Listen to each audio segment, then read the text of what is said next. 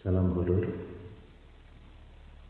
Selamat datang di Horor Klasik, para sahabat horor klasik.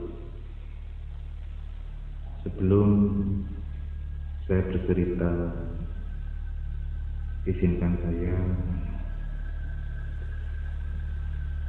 menyampaikan terima kasih saya kepada para tenaga medis, relawan, aparat, dan seluruh pendengar yang sampai detik ini masih tetap setia, masih tetap menjalankan peraturan pemerintah terkait dengan pembatasan kegiatan atau social distancing dengan melakukan work from home atau bekerja dari rumah, dan yang tetap selalu menjalankan protokol kesehatan agar virus COVID-19 atau corona ini segera berakhir dan kita semua kembali dalam keadaan negara ini dalam keadaan yang baik, dan kita semua bisa menjalankan aktivitas secara normal kembali seperti biasa. Cerita yang akan saya sampaikan ini berjudul Lincah, sebuah kisah horor klasik yang terjadi di tahun 1969. Pasang baik-baik telinga Anda, mainkan imajinasi Anda, horor klasik segera dimulai. Lincah, tempat duduk yang terbuat dari bambu, biasa ditaruh di bawah pohon rindang. Memang fungsi lincah ini umumnya untuk duduk-duduk ya, untuk duduk-duduk warga kampung. Kisah yang terjadi dengan lincah ini terjadi pada tahun 1969, dialami oleh seseorang yang bernama Pak Karyo. Terjadi di sebuah kampung, di sebuah kota yang ada di Jawa Tengah. Kota ini kota besar sebetulnya, cuman kembali lagi karena ini tahun 69 itu di kampung itu, meskipun sekarang kondisinya kampung itu ada di tengah kota, tapi di tahun 69 itu kampung itu ya masih kampung yang, mohon maaf, agak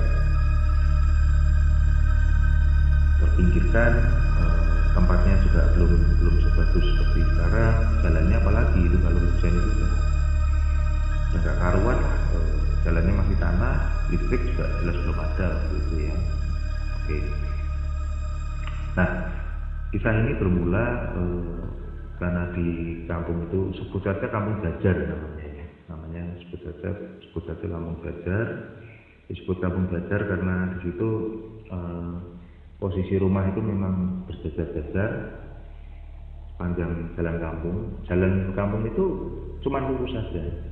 Jadi istilahnya kalau zaman sekarang itu dari jalan raya, karena memang posisinya, saya tegaskan lagi, sekarang posisinya memang jalan itu, kampung itu ada di tengah kota, jadi dari jalan raya masuk kampung itu lurus saja, nanti tembus ke jalan raya satunya di baliknya gitu. Kalau zaman sekarang jalan itu sering menjadi jalan alternatif. Orang kalau mau dari jalan A ke jalan B, karena jalan A itu memang jalannya searah, jalan B juga jalannya searah, jadi orang yang nggak mau repot-repot dari jalan A ke jalan B biar nggak muternya jauh, untuk memintas masuk ke kampung jajar ini. Itu kondisi sekarang. Nah, lain dulu, lain sekarang. Dulu kembali lagi, zaman itu belum ada listrik, jalan masih becek, dan kisah di Lincah ini dimulai ketika Pak Karyo itu pulang dari bekerja. Pak Karyo ini kebetulan seorang sopir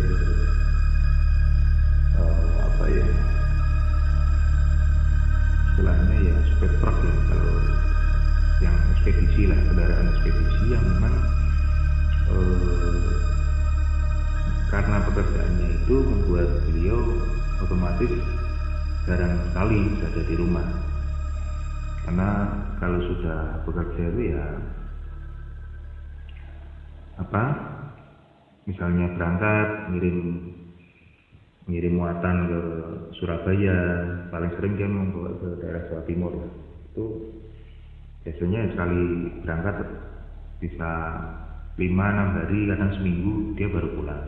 Nanti istirahat 2 hari di rumah, besoknya dia 2 hari selesai istirahat, dia berangkat lagi dengan ritme yaitu tadi antara 5-6 sampai 1 minggu, terus baru pulang. Nah, suatu saat Pak Karyo ini pulang kerja ya, karena memang udah malam ya, udah tengah malam, apalagi zaman itu namanya angkutan umum kan juga sangat jarang. Dia jalan kaki otomatis. Kebetulan memang kantor ekspedisi ini dari kampungnya nggak terlalu jauh lah, mungkin sekitar 4 km ya, jadi dia jalan kaki 4 km. Oke, saya bilang nggak terlalu jauh karena memang maaf nih kalau untuk sahabat-sahabat terus klasik yang kelahiran zaman sekarang, orang-orang sekarang mungkin ngeluh jalan kaki 4 kilo, tapi kalau untuk orang zaman dulu 4 kilo itu ya memang nggak jauh bagi mereka, itu dekat gitu. Jadi tengah malam jalan kaki 4 kilo tanpa listrik pun mereka oke-oke aja, nggak ada masalah. Nah, sampai akhirnya Pak Karyo ini mulai masuk ke Pura Kampung. Dia jalan, waktu ya sudah setengah 1 ya, lebih setengah 1, jelang jam 1. Cuman Pak Karyo tenang karena pikiran dia di Lincah yang posisinya berada di tengah kampung itu, dia yakin pasti banyak orang karena memang sudah kebiasaan lah di situ. Kalau malam itu paling cepat jam 2 baru bubar gitu. Nah, Pak Karyo lihat ke jam saku ya, bukan jam tangan tapi jam saku. Kok unik memang, tapi saya kebetulan pernah dikasih lihat sendiri sama Pak Karyo ini jam sakunya gitu. Bukan jam tangan tapi jam saku.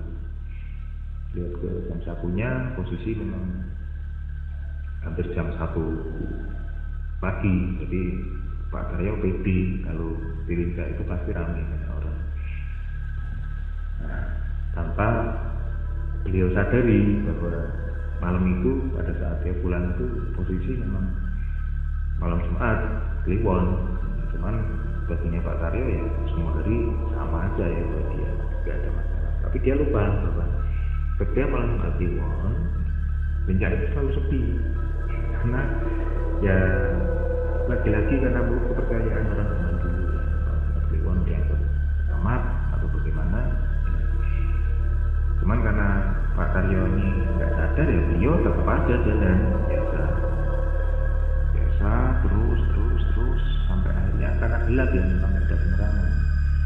Nah, di patokannya itu dulu kalau lihat ke arah Lincah itu banyak itu loh sinar merah gitu, seperti kunang-kunang gitu. Tapi warnanya merah banyak gitu. Nah, itu sebetulnya apa sih? Itu sebetulnya ini loh baranya rokok itu loh, kan kalau pada jagongan atau nongkrong di Lincah itu rata-rata pada merokok ya. Itu yang buat tenger atau tanda patokan. Waktu itu Pak Karyo jalan, yang dia lihat cuma ada 1 bara di situ. Nah, terus Pak Karyo seneng, wah lumayan masih ada orang di Lincah. Pikir dia oke lah bisa ngobrol sebentar sambil istirahat gitu, karena memang yang etika juga ya, etika zaman tahun-tahun itu gak enak kalau dilinjak ada orang cuma dilewatin gitu. Nah akhirnya makin dekat ya benar, yang duduk dilinjak hanya ada satu orang, itu namanya Pak Sentot. Pak Sentot itu perawaannya orangnya humoris, menyenangkan, agak gemuk gitu kan, gempal, kulitnya sawo matang, rambut ikal gitu. Nah, Pak Taryo ini seneng, kebetulan ada Pak Sentot lagi duduk di situ merokok, karena Pak Taryo itu kebetulan juga perokok, dia juga ngantongi rokok sebetulnya, tapi koreknya ini nggak tahu, sepertinya ketinggalan di truk atau di kendaraannya, sehingga pas jalan tadi dia ya sambil menahan untuk nggak merokok. Nah, sepanjang perjalanan juga nggak ketemu orang sama sekali. Nah, dia senang banget lihat ada Pak Sentot di situ, didekatilah, bergegas menuju Balingka itu. Ya siapa Pak Sentot? Mendalu Pak Sentot. Selamat malam Pak Sentot. Nah, sambil sembari duduk di sebelah Pak Sentot. Tapi Pak Sentot ini kok agak aneh gitu.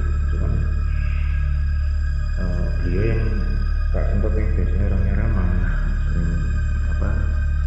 seneng ngomong lah, banyak ngobrol gitu, malam itu kok cuma diem aja, manggut-manggut.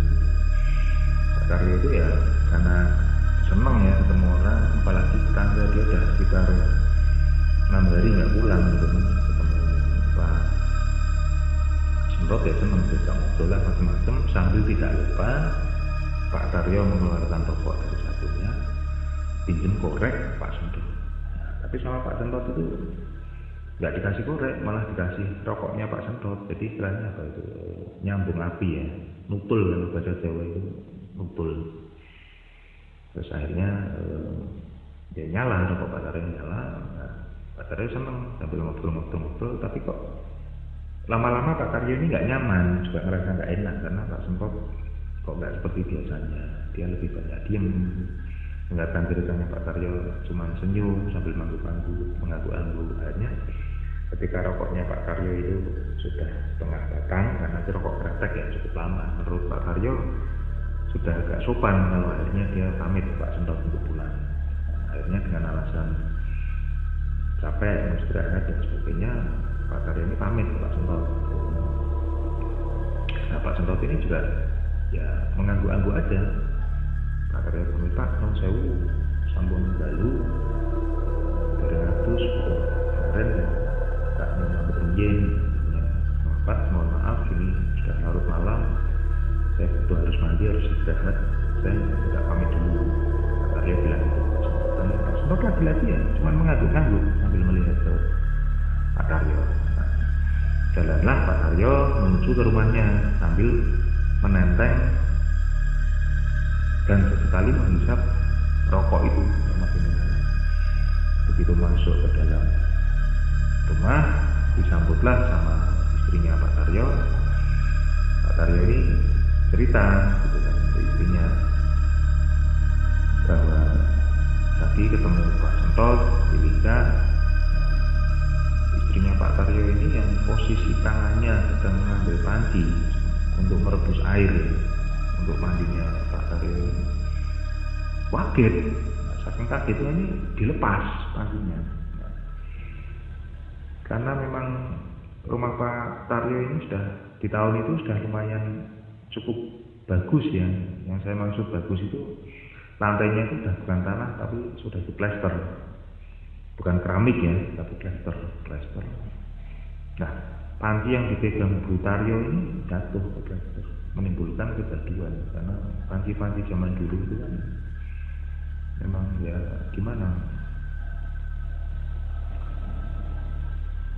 bahannya itu betul-betul kalau sekarang bukan kaleng-kaleng, berat, nyaring sekali bunyinya, kompiang, bukan keributan. Nah, Pak Taryo ini yang mau duduk kaget, sempat marah sama istrinya. Mau apa sih Bu? Berisik banget. Kenapa sih Bu kok berisik? Misalnya Bu Taryo ini sambil tidak percaya, dia agak ngewel, gemeter gitu nih, bilang ke Pak Taryo, Pak Sentot itu wis itu, Pak Sentot itu sudah meninggal. Ya Pak Taryo gimana? Dia membalas ke istrinya. Terus ya guyon lah Bu. Aku terus baik ketemu. Iki lho rokokku, aku nyambung karo utuke Pak Sentot. Pak Taryo jawab gitu, membantah gitu. Artinya jangan bercanda lah Bu. Jelas-jelas aku tadi ketemu. Bahkan ini rokokku aja aku tadi nyambung rokoknya Pak Sentot sama korek. Karena memang tadi koreknya ketinggalan. Pas dia pinjam korek ke Pak Sentot juga sama Pak Sentot tidak dikasih korek, tapi dikasih rokok untuk menyambung api atau betul itu tadi. Nah, akhirnya karena apa? Bu Taryo ini tetap Pak ngingetin gitu loh, Pak jenengan itu sudah 6 hari nggak pulang, kan nggak tahu kabar-kabar yang terjadi di sini.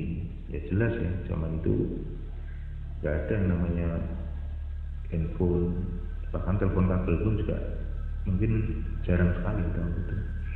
Apalagi grup WRT nggak ada juga tahun itu. Otomatis memang secara logika Pak Taryo memang nggak tahu ada perkembangan apa di lingkungan. Dan akhirnya Pak Taryo ini ya hanya bisa meneruskan merokok sambil bolak-balik mengamati rokok yang dia pegang. Bahkan dia sempat menyentuhkan jarinya ke bara api rokok yang masih terbakar dan panas. Artinya api itu memang nyata, namun apa yang dialami Pak Taryo bertemu dengan Pak Sentot meminjam api itu juga nyata. Pak Taryo meyakini karena dia melihat bukti bahwa rokoknya masih menyala, ada bara di situ, rokoknya bisa dihisap dan dinikmati. Bu Taryo juga menyaksikan rokok itu menghidup. Dan besok paginya Pak Taryo juga melihat kenyataan sendiri setelah dia berziarah ke makam Pak Sentot. Dan ternyata betul Pak Sentot sudah meninggal 4 hari sebelum akhirnya di malam Jumat Kliwon itu Pak Taryo bertemu dengan Pak Sentot di Lincah.